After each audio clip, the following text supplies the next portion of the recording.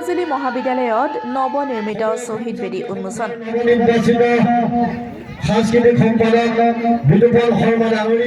আজি পূব মাজুলী মহাবিদ্যালয়ৰ প্ৰাংগণত পূব মাজুলী আঞ্চলিক ছাত্ৰ সন্থাৰ উদ্যোগত নৱনিৰ্মিত শ্বহীদ বেদীৰ উন্মোচন হয়।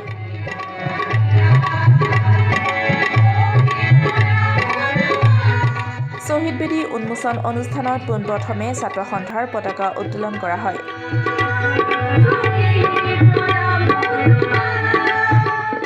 এই পতাকা উত্তোলন কৰে পূব মাজুলী আঞ্চলিক ছাত্ৰ সন্থাৰ সভাপতি যদুমণি হাজৰিকাই।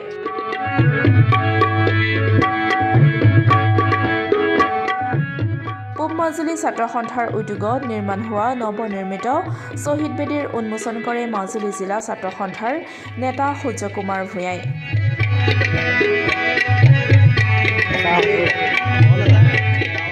উক্ত শ্বহীদ বেদী উন্মোচনী অনুষ্ঠানত মাজুলী আঞ্চলিক ছাত্ৰ সন্থাৰ সকলো বিষয়ববীয়াৰ লগতে পূব মাজুলী বিদ্যালয়ৰ শিক্ষক শিক্ষয়িত্ৰী ছাত্ৰ ছাত্ৰীসকলৰ লগতে মাজুলীৰ বহুকেইজন গণ্যমান্য ব্যক্তি উপস্থিত থাকে।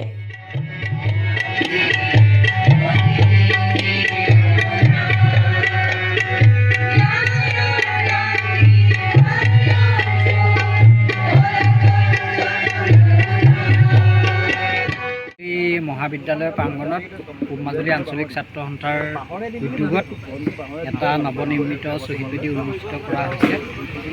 বিগত সময়ছোৱাতো ইয়াতে এটা শ্বহীদ বেদী আছিল যদিও সেইটো ভগ্নপ্ৰায় অৱস্থাত পৰিণত হৈছিলগৈ আৰু বহুদিনৰ প্ৰচেষ্টাৰ অন্তত পূব মাজুলী আঞ্চলিক ছাত্ৰ সন্থাৰ অশেষ কষ্টৰ বিনিময়ত আজি এটা নতুনকৈ ইয়াতে শ্বহীদ বেদী নিৰ্মাণ হৈছে।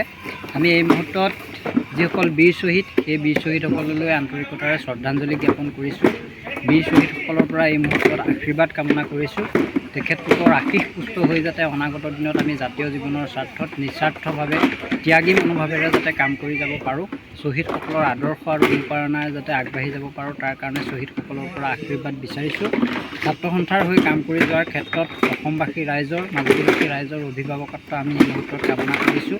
পুনৰবাৰ মই শ্বহীদসকললৈ শ্ৰদ্ধাঞ্জলি জনাইছোঁ। তেখেতসকলৰ পৰা আশীৰ্বাদ কামনা কৰিছোঁ। অনাগত দিনত যাতে জাতীয় জীৱনৰ স্বাৰ্থত নিস্বাৰ্থভাৱে ত্যাগী মনোভাৱেৰে কাম কৰি যাব পাৰোঁ।